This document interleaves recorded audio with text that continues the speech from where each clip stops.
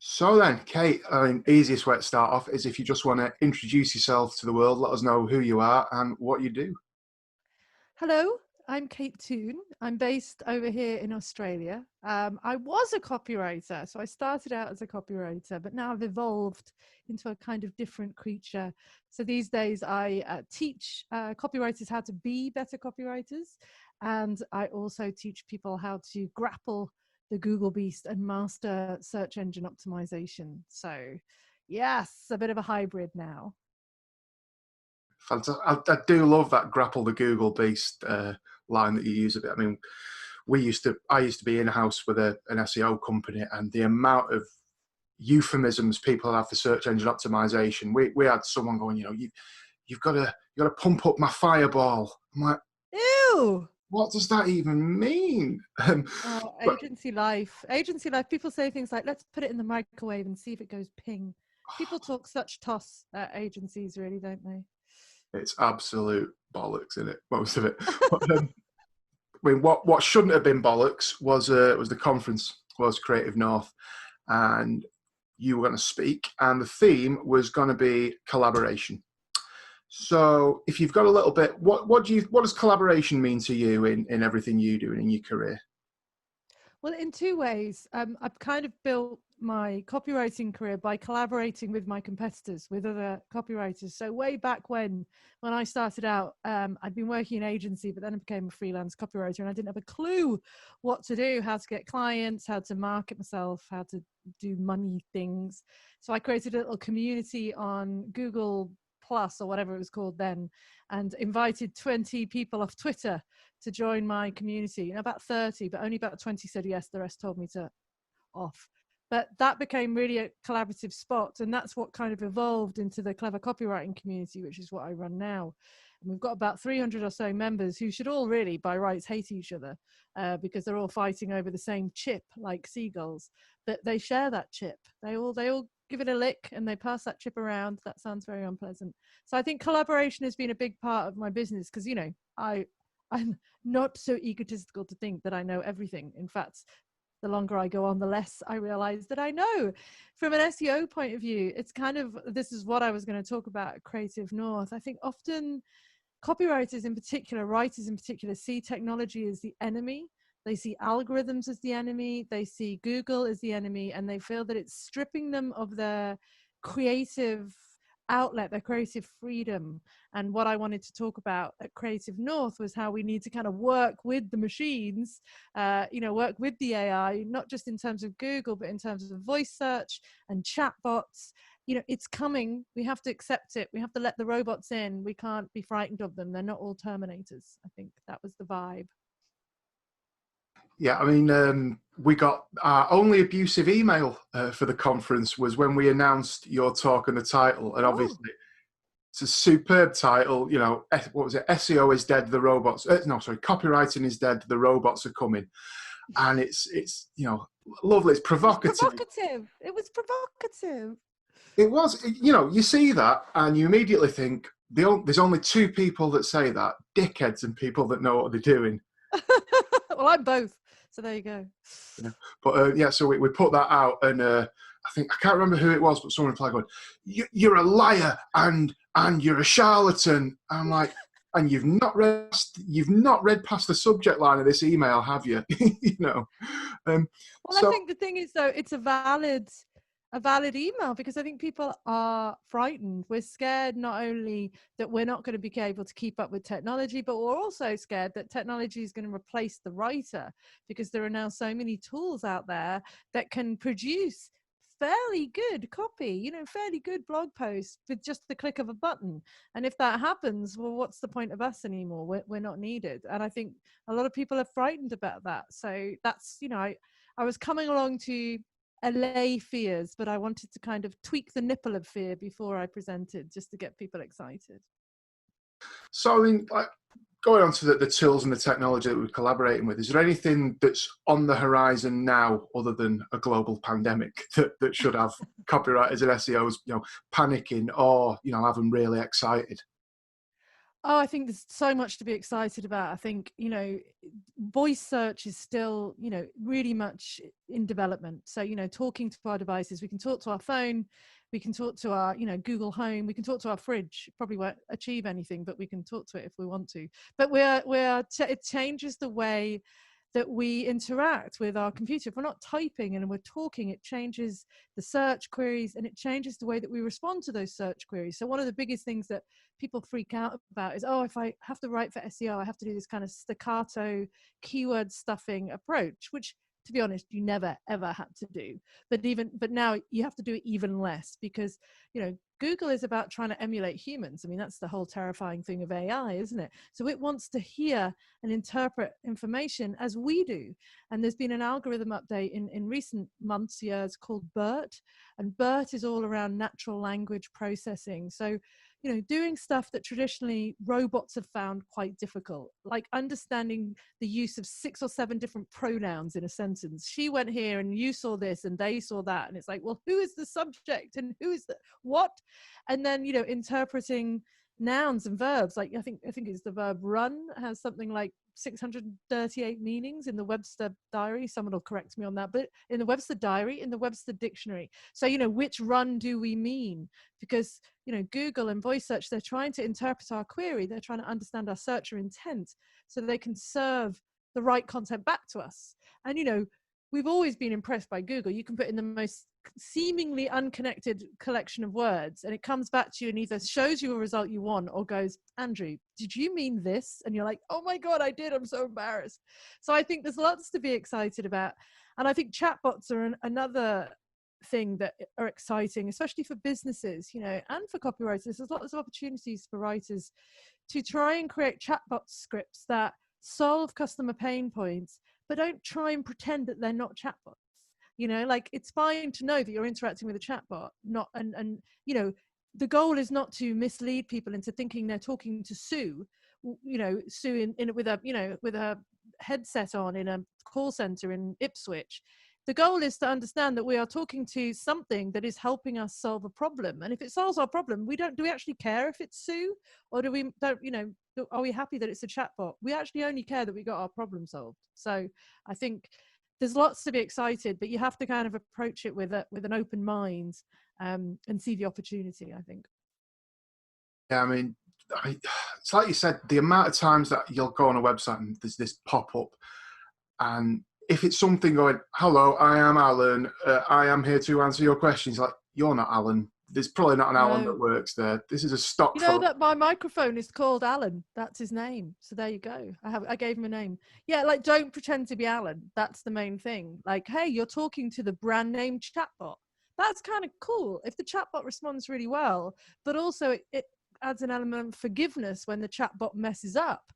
But it doesn't work if it's Alan and we're like, why is Alan just saying, please type that again, please type that again? If we know it's a chatbot, we forgive it. If we think it's Alan, we're like, Alan, what you on? You need to lie down. So I think it's, the goal of writing for technology and writing scripts that AIs can use to help solve problem is to just strike that balance between conversational and real without trying to emulate humanness. But we have this problem already when you call a call center and it's so clear that they are reading from a script and they have moved to point 7.2 on their script because the response they give doesn't quite fit the question you just asked. And there's this mismatch. So I think there's always been this communication problem when people try to follow scripts, and AIs have that problem too, but we just need to be honest about it, I think. Yeah, so I mean, embracing the limitations of an AI, like you said, that's a way of, engendering forgiveness for a robot that a human wouldn't get. And is it, I suppose, collaboration involves a lot of compromise, and like saying, oh, you've got to collaborate with technology sounds weird, but is it more a case of, listen, you've just got to compromise, you've got to work with what's real, not what this, when you speak to people that are developing technology, especially chatbots, we've spoke to a few, they're all so excited about where this is going to be in 5 years. I think that's what scares copywriters as well. Like maybe in 15 years, there will be an AI robot that can do our jobs. At the minute, it's not there. No. So I did have a question then, but it got away from No, me. you did. You said, is it about collaboration or compromise? I mean, honestly, I think a huge part of collaboration is compromise. You can't collaborate with someone unless you both put your, your desires on the table, and one of you goes, okay, well, I'll go back a bit and you go forward a bit. There is always, that compromise in collaboration. And, a lot of us copywriters, we've traditionally worked with designers and developers, and we've had to compromise. They only want to have 5 words on the ad, we want to have 65. The developers only left this much space for our copy, and we're like, oh great, thanks for leaving me that much when I've got this much to say. And so, and now with technology, it has its limitations. But I actually do think often technology forces us to make better writing decisions. One of the classic ways that we have to kind of collaborate with technology or platforms is the tweets, the common everyday tweet. I will write the most beautiful, exquisitely written social media update for Facebook or LinkedIn where I have all this space.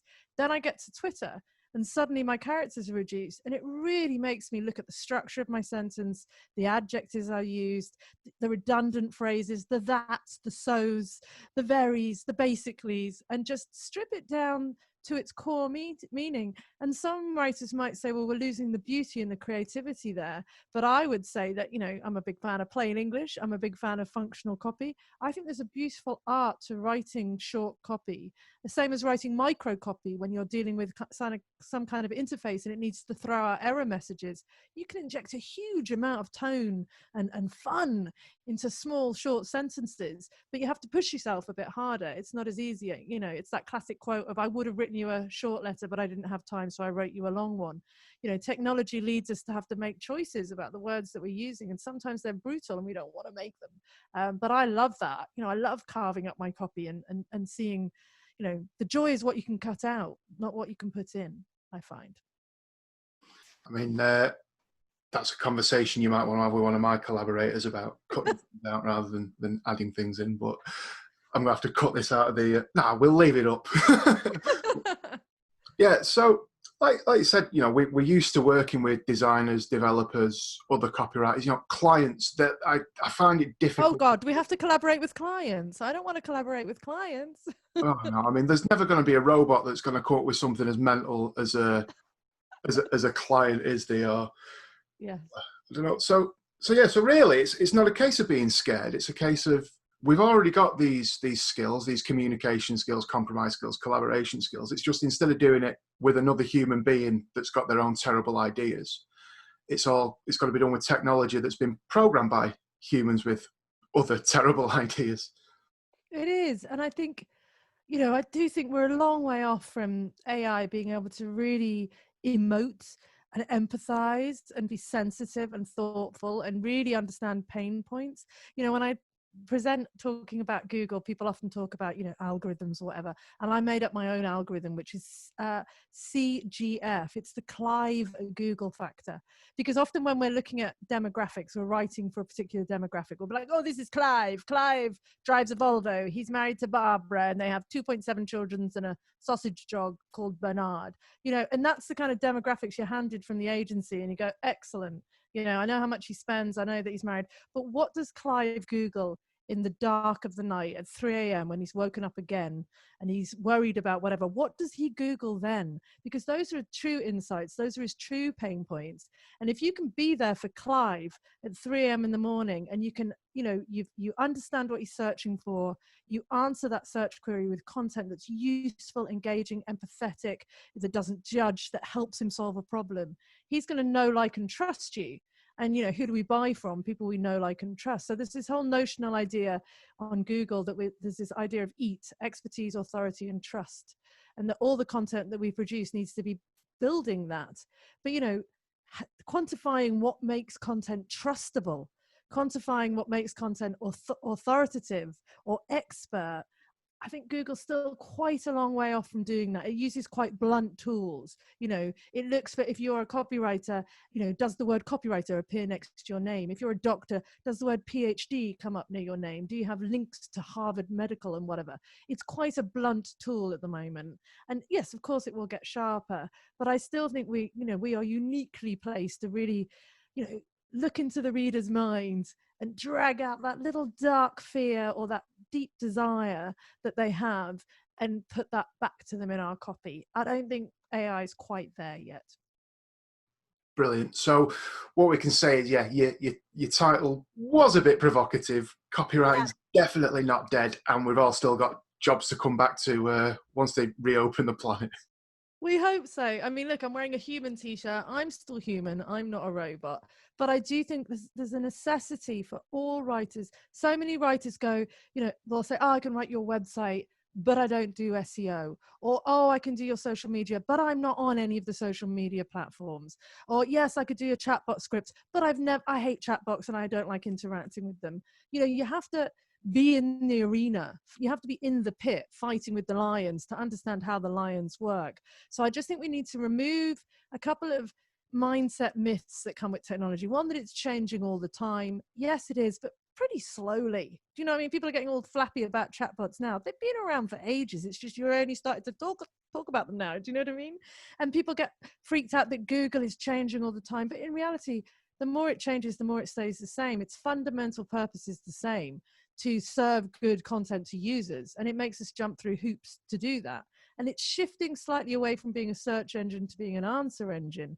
But still, it's still about what are people typing into Google and how can we be the best result for that? So I just think people need to, embrace, collaborate with the technology rather than kind of getting the pitchforks out and thinking it's going to be the end of the world, because everything evolves, everything changes. 10 years ago, we were all getting long form direct mail through our letterboxes. That went away, but there's still lots of copywriters still working. It's gone away in Australia. You don't get it anymore. Save the trees. But we're still working. We're still here. We're still copywriting. So it will just evolve. It's not going to be the end. I'm very positive of that. I mean, that's a brilliant way to end what would have been your talk on a bit of positivity. But I've got to ask you one more thing, and if you've got one key takeaway that anyone watching this that would have been in the conference can do, to be a better copywriter, a better SEO copywriter, what do you think it is? Is it a matter of just keeping an open mind, understanding the limitations of what you're doing and not getting terrified, or is there something else more concrete that they need to do? Look, they say a little education is a terrible thing, but I think it's not. I think, you need to, as I said, be in the arena, messing in the pit, find those chatbots, play with them, put in different questions and try and break them and see where the weak points in. It's like going around the electric fence and poking it with a stick, because the weak points will show you where you as a copywriter could have solved that problem. Oh, they don't have a response to this, or they don't have that reply seems really staccato, or that reply seemed really wooden. And this is opportunities for you, because then you could even reach out to the brand and say, hey, I was interacting with your chatbot and I got to the end of this particular funnel and it left me feeling this. My little suggestion would be that you do this, this, and this. I know it's a bit of a cold email tactic, but people who are investing in chatbots take copywriting very seriously. I've written a few myself. The number of iterations you go through and the number of people they funnel through that to see where it breaks. If you find a break point, embrace it. If you're searching on Google and you ask a particular question and there's no great content there, and you think, well, hey, this brand should really be the number one result for this question. Why aren't there? Well, then that's another point where you can go out to your existing clients and say, hey, look, here's an opportunity. Or to clients you haven't worked with and go, hey, look, you should be the top result for this, but obviously you don't know how to get there. So let me teach you. So I think it's look for the opportunity. And the only way you're going to find that opportunity is to get your hands a little bit mucky, as we would say in up north. Oh, thanks very much, Kate. That was fantastic. The only issue I have is that we didn't get to see you do that on stage, because I think we would have brought the house down. One day I shall return to my homeland. I was born in Manchester, so I need to come back.